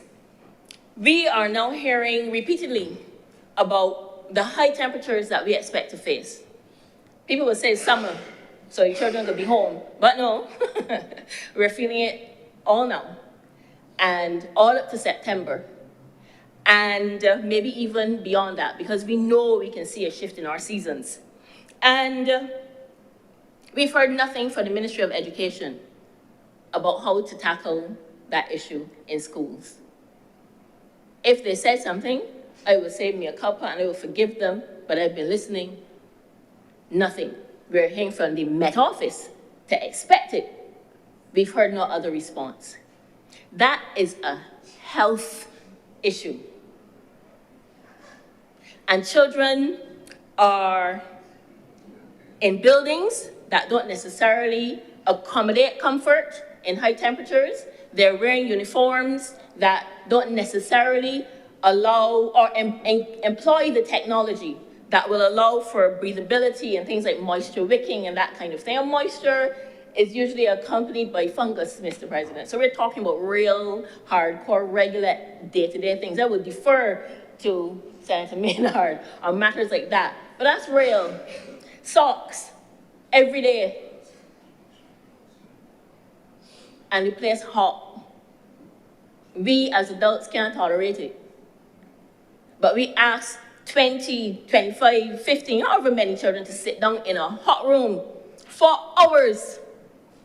And the schools may have one cooler serving 400 children. Mr. President, that is craziness. And even if they leave home, some of them got bottles this big. But even if they leave home with a bottle of water, during the course of the day, that is going to run out. And then 400 children will compete for water from a fountain. That is not acceptable, Mr. President. And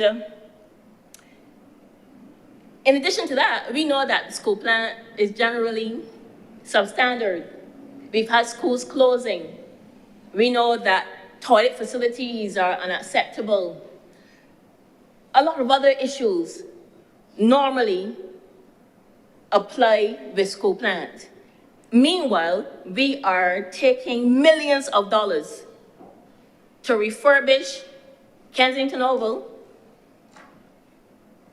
that will not accommodate several thousands of bodies almost daily.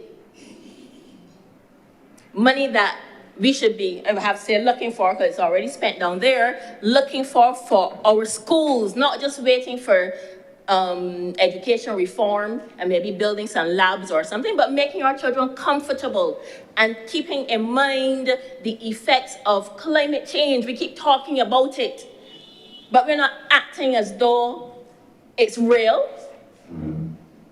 We have to do real things to accommodate the changes that they're experiencing. so that when we say to employers, safety and health at work, you're responsible for that, and we're going to penalize you, not we, the government, we're going to penalize you if you don't comply. How can we say that over there and over here where we have thousands of children in school? We tell them, too bad, you got to suffer through whatever discomfort and dangers exist in the school plant. One thing over here, another thing over there, the government is responsible for ensuring the right of the child to a clean and safe environment. It says to live in, but children spend most of their waking hours at school, so it must apply to that environment as well. And in addition to that, the convention requires that all adults and children should have information about how to stay safe and healthy. I will add to that, at school. So the government now has to say to parents, children, teachers, school administrators, this is how you will contend with these excessive temperatures while children are at school. That's important. It's normal, everyday stuff that can't go a-begging, Mr. President. Now, we have, in looking at this bill, to face the reality, and it was referred to by the Honorable Senator, the economic realities for a lot of families in Barbados. Those are the families that are highly likely to fall afoul, or let me not put it that way, to come into contact with the enforcement of this legislation. And the Declaration of Human Rights says that everyone has the right to a standard of living adequate for the health and well-being of himself and of his family, including food, clothing, housing, medical care, and necessary social services, and the right to security in the event of unemployment, sickness, disability, widowhood, old age, or other lack of livelihood in circumstances beyond his control. Mr. President, we cannot pass this law and not take account of the social and economic realities that drive many of these families to the brink. And then families that can't have a comfortable standard of living have additional pressures placed on them, stresses, psychological, that may impact their behavior. Not all of them are driven by that. Some of them just, not families, some of the perpetrators of the things that have been described in the other place and here just are plain wicked. But there are many who find themselves caught in what I would call generational poverty, Mr. President. Generational poverty that flows from our historical circumstance, slavery. Not just that, the DNA post-traumatic stress of the horrors that were visited on Black Barbadians, because I'm going to use that term because it's true and there's no point in pretending about it, will affect them to this very day. So we have to be careful that we are not victimizing victims. We have to be extremely careful about that. It's not just a case of people talking craziness about government coming and taking up their children. We have to be sure that parents are equipped to parent, whatever that means. It's not just financial. And I think Barbados has paid attention to that to some degree, but I do not think that we put sufficient resources into it, Mr. President. And right now, we are facing high inflation. You know what I have to say about the reasons for that? I'm trying to fight one of the big reasons, but we have heard for the past week up to today about the impact on supply chains, on inflation. in Barbados. So we know we're facing this down. And Bajans from, my mother says don't say Bajans. And you see how the influence that parents have into our late years. Barbadians from the middle and lower classes are struggling to keep up, Mr. President. With ever-increasing costs of food, I'm sure anybody here who goes into the supermarket is just shocked every single time. And you would figure that we can afford it. Cost of utilities, cost of transportation, clothing, rents, home maintenance, medication, health care. Yes, the government provides social and welfare services, but I think we don't want to create a welfare state. That's not what we want to manage. We want Barbadians to be able to sustain themselves. And it is time, Mr. President, and this is not peculiar to the Barbados Labour Party government, but they're in government now. It is time that we confront the economic imbalances in this country. We have to stir it down and deal with it. Every single Barbadian must have the opportunity to create wealth that cannot be the preserve of the owners of capital and the political class and their associates, Mr. President. I didn't just come up with this point of view. I have long felt this way. And I bring it up now because the government as a continuum has the power to make and has made a few Barbadians extremely wealthy, and some who are not Barbadian either, Mr. President. This is done through concessions, financing, partnerships, contracts, policies that perpetuate and preserve generational wealth for those few. Meanwhile, the majority of Barbadians find themselves relegated to being mere workers, toiling every day to make ends meet. When are we going to stop expecting our people to be drawers of water, hewers of wood for the few? And so, Mr. President, when you are living 10 to a house, several generations in that house, maybe you have adequate indoor facilities, toilet facilities, maybe you don't. Your children going to school hungry, maybe exposed to sexual abuse from the man that controls the money, and then you have to be confronted with taking care of your family. We cannot dismiss some of the effects of that existence, Mr. President. Not making excuses. And I'm going to make a short recollection here. As a young lawyer, I was, 24, thereabouts. And we all cut our teeth in the magistrates' courts. Senator Nichols will agree that that's where the seniors send us. He's still there apparently. Jerk a file in our hands and send us along. Sometimes they don't even give us any instruction.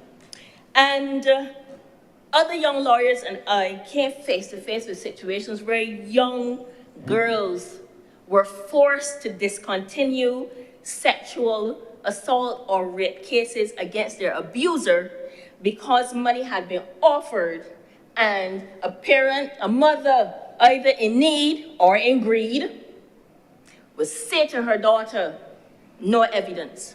And everybody trying to figure out what to do. In one case, a colleague, in tears practically, said to me, but I worked for the accused, and the child begged me for help, and I didn't know what to do. This happens. I'm certain I haven't traversed the magistrate's courts for a very long time, but I'm sure it still happens today. And I want to say that thankfully, this new bill will allow the state to step in situations like that. Thank heaven for that. But I refer to that recollection because far too often, children are at risk because of true need, and they're exploited because of the need. We cannot ignore that, Mr. President. Some parents are facing some very harsh financial situations. Some of them may be okay financially, but they are caught in a cycle of abuse themselves. That is the way they know how to survive. We cannot ignore those realities. Some are in circumstances of generational poverty, constantly in survival mode, and it leaves them and their children ripe for abuse and exploitation. And our government must practice what it preaches when it comes to care and protection. As a nation, we have to look at our economic and social order to try to correct the circumstances that make families victims. It's not just children. In some cases, the caregivers are victims also, Mr. President. We cannot demand reparations while we are seen to be keeping social and economic constructs of a plantation society and economy essentially in place.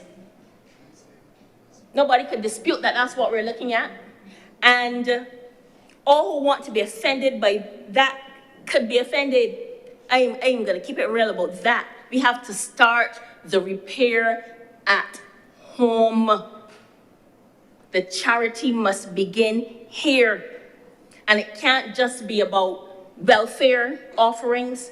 We're talking about giving, using government resources, government procurement in particular, to enfranchise Barbadians whose access to capital is severely limited.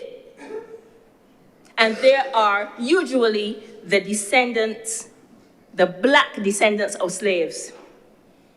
We have to use government power to protect small businesses from predatory practices, not just increase their rates. The same agency is supposed to protect them from predatory practices, predation by big companies that benefit from that economic construct. Stop viewing us as labor. We, the descendants of slaves in Barbados, want to create generational wealth too, Mr. President. The government can facilitate that. That's a matter of policies and practices.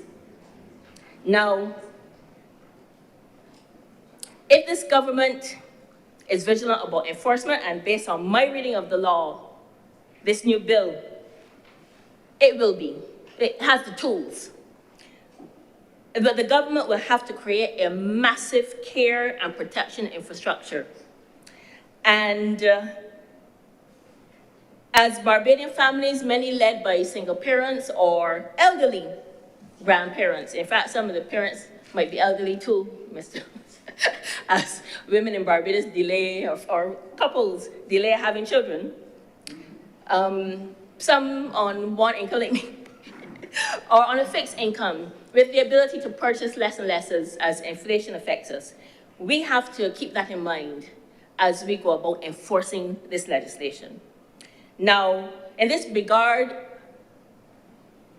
we, the opposition, believe that the bill fails to recognize some of these issues. We hope that in implementing, they're taken into account, but we cannot ignore our reality as we seek to enforce. And many a family that is suffering economically will not be able to provide what is deemed adequate care. I was taken aback by that provision, that definition, because I wondered if when my child comes with its new math to get help, I can't help them. If I would be neglectful and not providing adequate care, a lot of parents would be in trouble. They would have to train us all over. Or if I teach them the old math, and then they get into trouble at school, Senator Morris is telling me that he can help. Or where there's one active parent contributing financially, a parent may themselves be suffering from some psychological illness, substance abuse, and the child itself may have special needs or mental health needs that have to be addressed, that might present a nuanced situation. All of these things, Mr. President, have to be taken into account. And these are issues that the Democratic Labour Party identified to the Joint Select Committee in making its submission.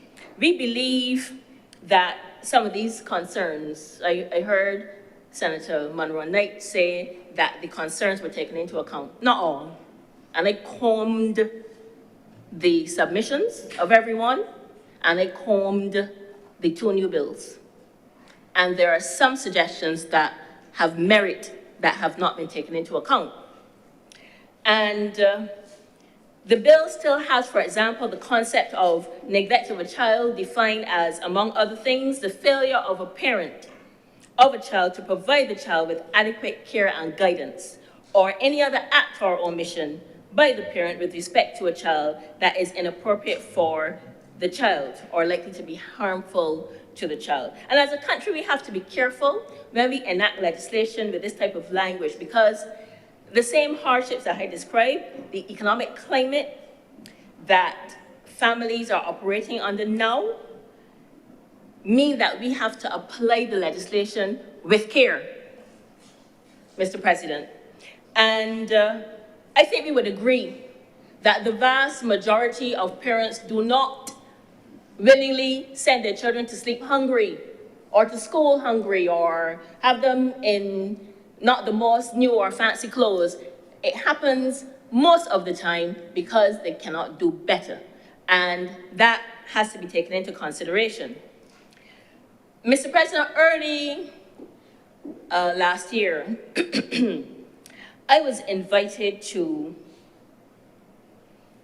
participate in a focus group moderated by Professor Don Marshall that considered reparations and Caribbean development renewal. And my contribution was that restorative justice must be a critical component of any reparations scheme. Now, restorative justice is usually used in the context of how the judicial system will deal with offenders, finding alternative mechanisms to imprisonment or harsh punishment. But I applied the meaning differently. By restorative justice, I mean that access to justice must be provided to the descendants of the victims of slavery and the plantation economy who were denied their rights. In particular, Mr. President, those who have found it difficult to break out of the shackles of poverty.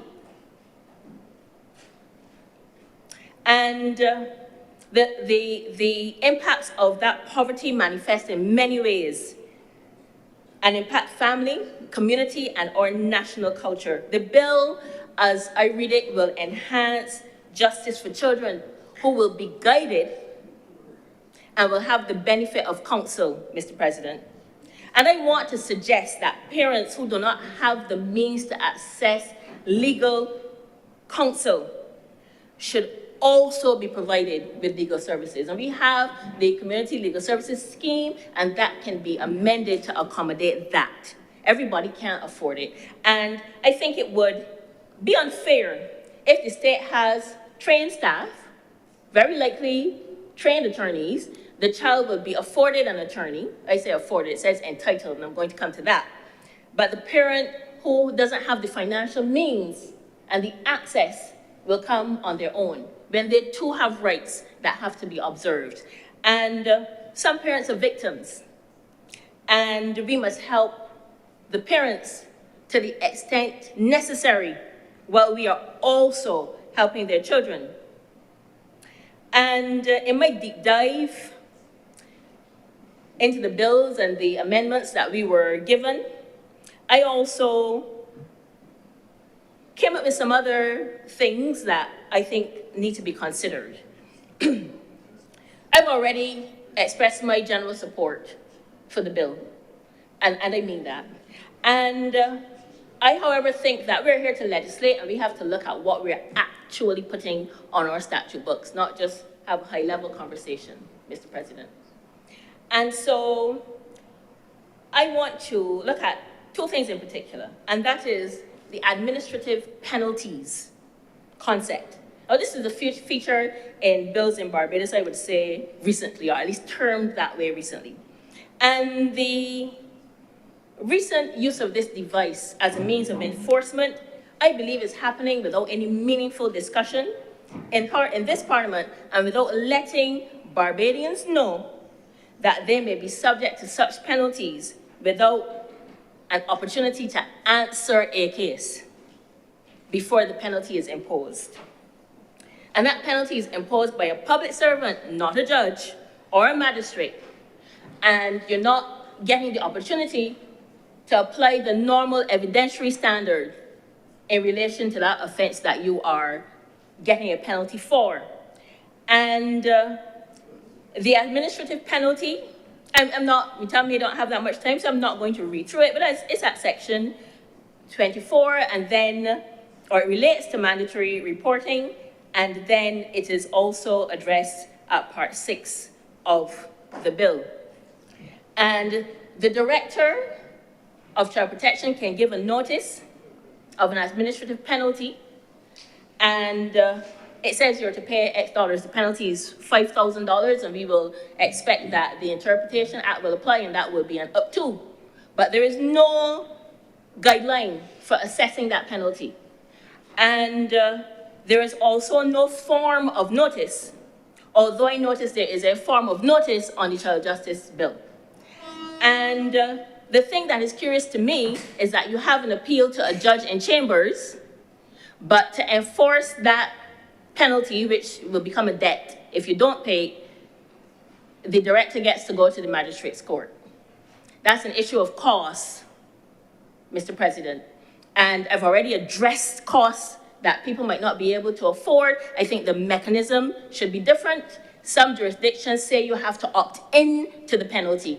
And if you do not agree to pay the penalty, then that party who's trying to impose it must take up a prosecution. That then affords you the normal hearing that our Constitution recognizes you should have in relation to imposition of penalties. And I exhort the government to change that provision, particularly here, when we are likely to be looking at people of little means, and it's not just parents. We're looking here at nurses, policemen, teachers, people who see something are supposed to report it. They're the ones who would be subject to a penalty of $5,000 if they do not make that report. I think change is necessary here, Mr. President. The other thing that I will raise in my little time is the issue of corporal punishment. Corporal punishment is forbidden in a child care center. And interestingly, it is forbidden in a secure care center under the Child Justice Bill, and in a case where a child is imprisoned. But we do not see, and there is an amendment to the relevant statute to prevent corporal punishment in nursery schools, but it remains in public schools in Barbados. A commensurate amendment has not been made.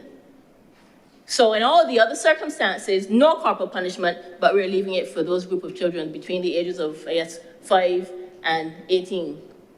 I don't understand that, Mr. President. I think it has to be addressed.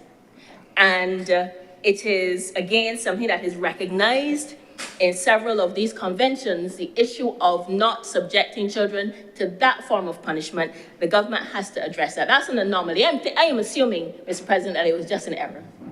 And I expect that we will see that revision. It might be controversial, but I think we have to be consistent. Mr. President, I want to express my support for the Child Protection Bill. I have expressed my concerns. I'm serious about those concerns, but I think that the initiative is commendable. With those thoughts, and comments, Mr. President, I'm obliged. Thank you very much, Senator Watson. Senator Cummings.